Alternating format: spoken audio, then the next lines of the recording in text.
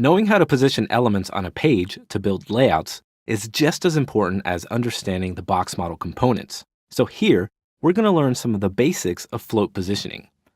Now, floats are one of the most commonly used methods for laying out a page with CSS. When an element is floated, the element is taken out of the normal flow of the page and placed along the left or right side of its container, depending on the float value we set.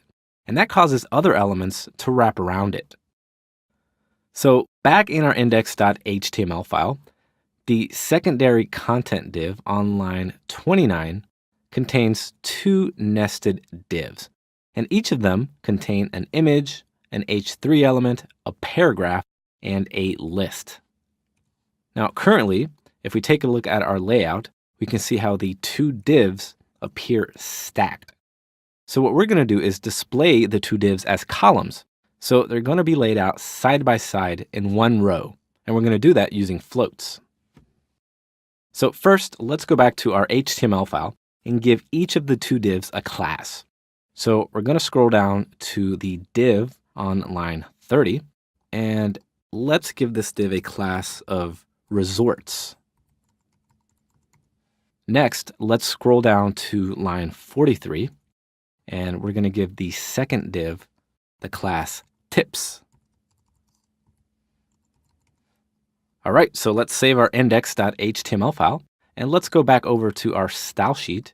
And what we're going to do first is add a new comment section at the bottom of our page that indicates where we're writing our floats. So let's copy this layout styles content here on line 109, and let's scroll down here right below the arrow rule. I'm going to paste that comment, and I'm going to change the comment to read floated columns.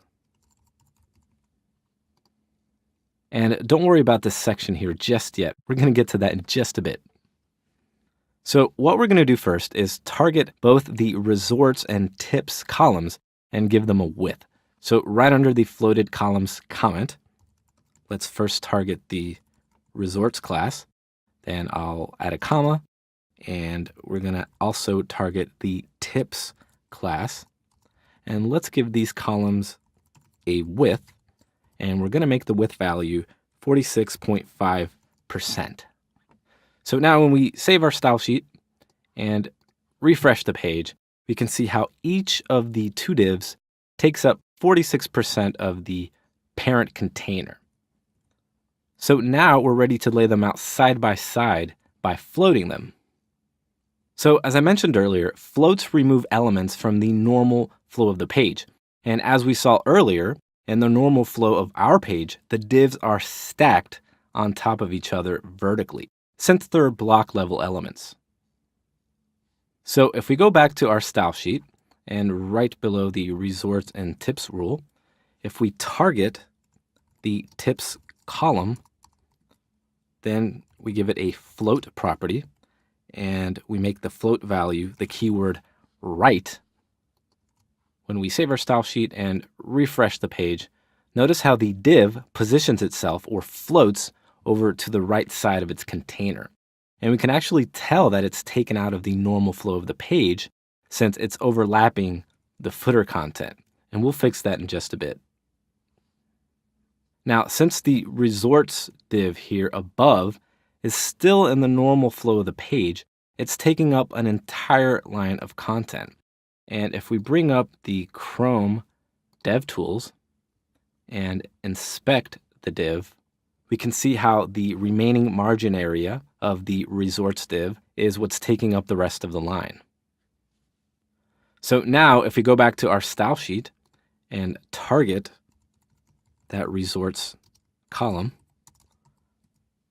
then give it a float property, and this time we're going to float it left.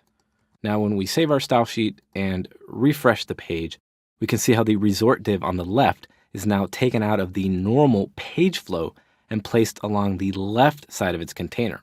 So now both columns are positioned on the same line. So now we're seeing a common issue that happens when using floats. Now, if a block element contains floated children, its height will collapse. So here, we can see how the secondary content div's height has collapsed. It doesn't expand to completely surround the floated columns because the browser does not account for the height of the floated columns. Remember, they're no longer positioned in the normal flow of the page. And on top of that, the content of the footer is starting to wrap around our columns. So we need to fix this.